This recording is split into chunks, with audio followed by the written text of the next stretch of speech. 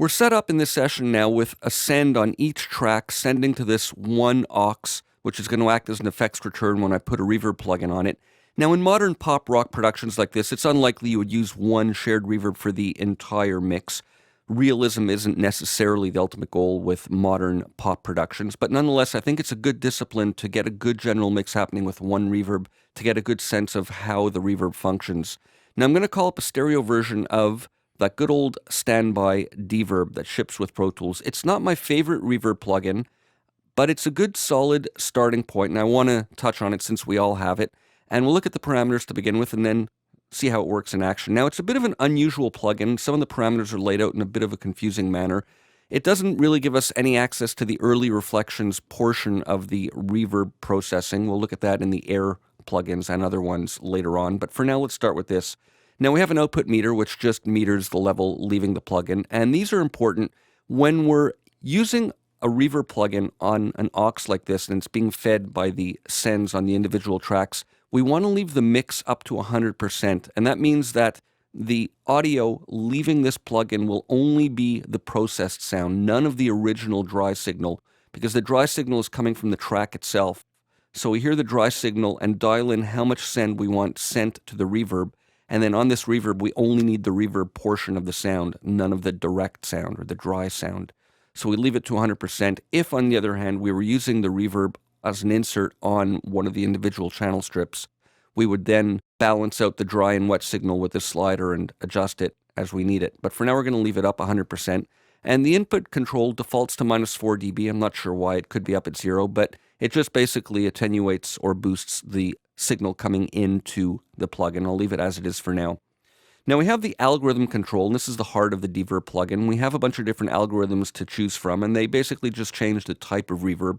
The first ones are meant to emulate natural spaces, a hall, a church.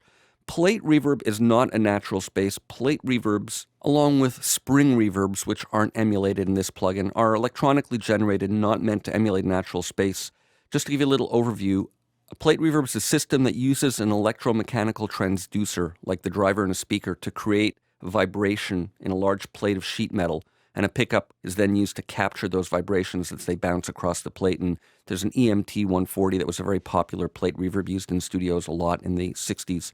And spring reverbs, we often find those on guitar amps. It's similar to this. It's a transducer at one end of a spring, this is what it looks like, and a pickup at the other end that captures the vibrations. And because of the compact size, they fit in guitar amps, and we're used to hearing that sound from guitar amps. But these are kind of electronically produced reverbs that are not meant to specifically emulate a natural space.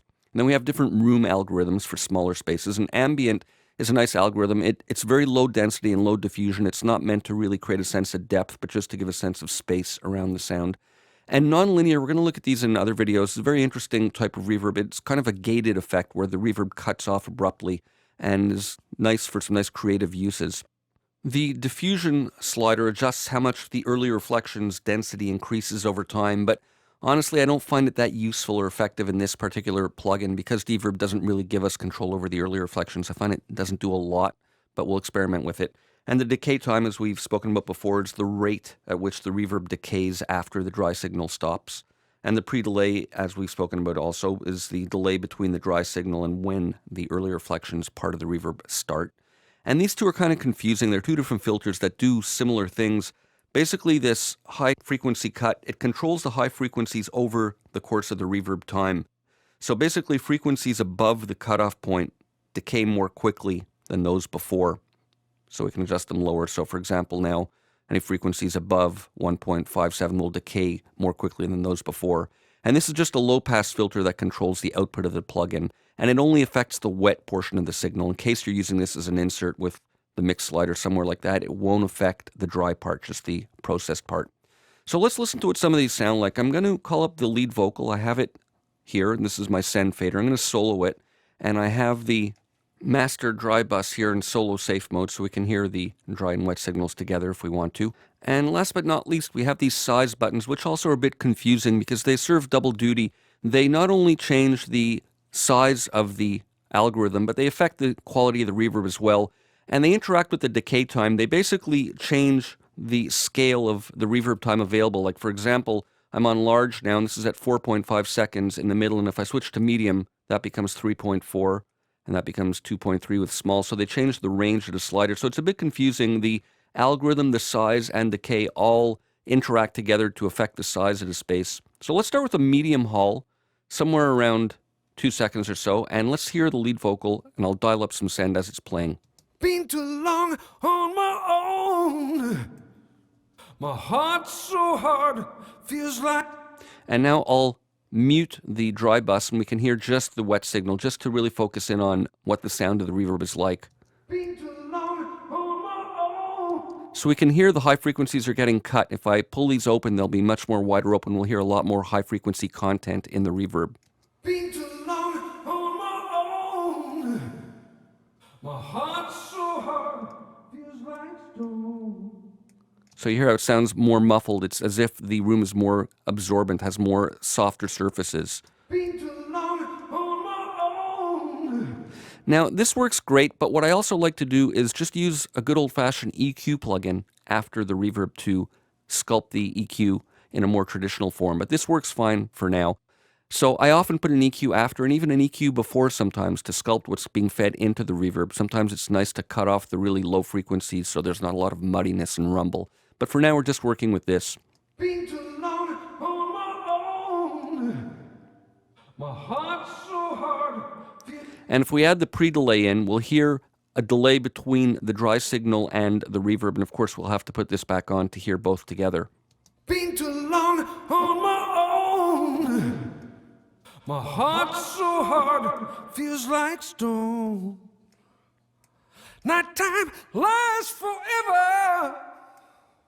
Tomorrow. What's great about this is it makes the vocal sound a bit more upfront because we're hearing the dry signal before the reverb. And in the full mix, this will make the reverb sound more transparent and less noticeable. Been too long on my own. My heart's so hard, feels like stone. So that's the way that works. And the decay time will alter the size of the hull. Been too long on my own. My heart's so hard.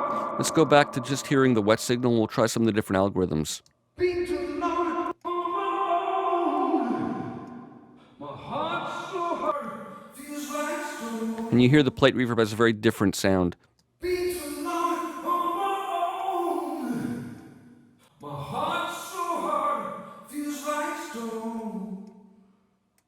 Nighttime lasts forever. These room algorithms are great for drums. They're good for other things as well, of course. But let's move to the drums and hear how some of those work. Now, I have those assigned to a subgroup, to a drum bus. So let me solo all the drum tracks. Move this out of the way. And I'm going to solo the overheads, kick, snare, hi-hat, and I have a shaker part, and then the drum bus. And then what we'll do now is click on that, and now we'll have the reverb send for the drum bus so we can hear them all at once. I wouldn't necessarily dial them all up equally like this, but just to give you a sense of how this works on drums for now. And let's dial this up. Let's also engage the dry signal.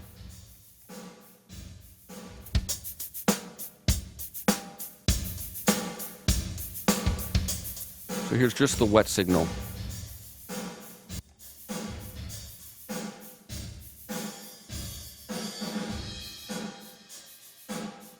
So a little bit of room like that can really make the drums sound like they're actually in a drum booth or some sort of space. Let's hear it in context, and I'll dial it up. It's with no room at all. So it gives it a sense of depth. And you'll hear the ambient setting even more subtly. It's a much smaller space.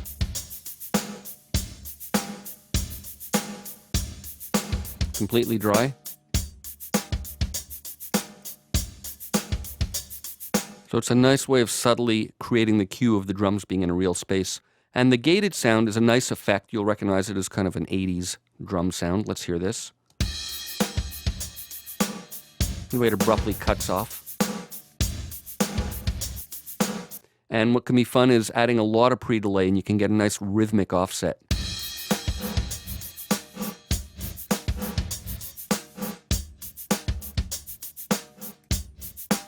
But with one nice general reverb, we should be able to get a nice sound that'll apply generally to the whole mix and all the instruments. Let's get a nice little medium sound here. That's fine, that'll do for now. So what I want to do now is I'm going to leave these settings like this. I'll put a bit of damping on. I'll have it like this so we don't get too much high frequency content. And let's quickly go through our mix and we'll add some reverb to each of the tracks and get a little mix sounding.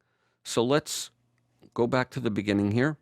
I'm going to take these out of solo mode and we'll play our arrangement and one by one add on what we need. So starting with the bass, I'm going to leave that dry for now, although we can certainly use some reverb there, but for now I'm not going to. For here, let's dial up a little bit. There we go. For the guitars. I have a little too much on the vocal. I can hear that already right now. And that's left over from when we were experimenting a few moments ago. Let's go back to the lead vocal. Click on that. And this updates, and let's bring that down. There we go. That sounds fine. So again, let's just add in where we need it. So we have some set here on the guitar. And I have a bunch of guitar tracks here. Let's just dial them all up to a pretty neutral setting. We can fine tune it later. Just want to give you a sense of the whole mix with a bit of reverb added onto it. And I have some guitar riffs over here.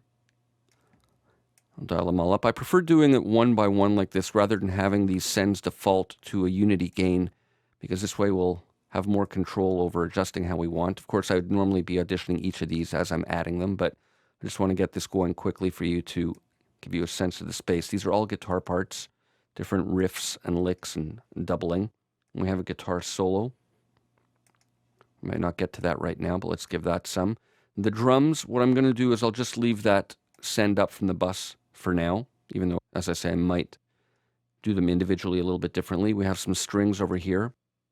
I'll give that one a lot. And again, I would use a different reverb for the strings and the pads and the percussive keyboards. And we'll get to all that. But for now, let's just add a little bit to each of them. There's an organ track. Here's the perk synth. And we're getting close to the end. We have the lead vocal, which I've added on. And what I'm going to do actually is take that off for now. And I have all my vocals subgrouped to a vocal bus. And I'm just going to add in a general amount from there. These are all vocal tracks. And I have my vocal bus over here. And again, I might not always do it like this, but just to give you a sense. Let's listen to the arrangement now with reverb on everything.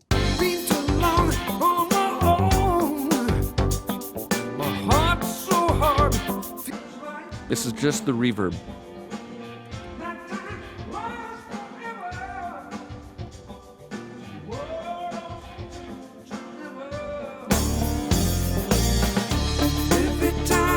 Completely dry.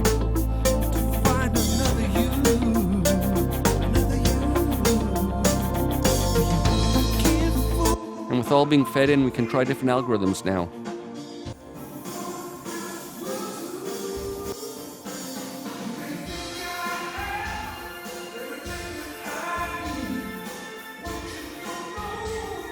I find the high frequency damping really helps. We won't have that jangly metallic kind of sound.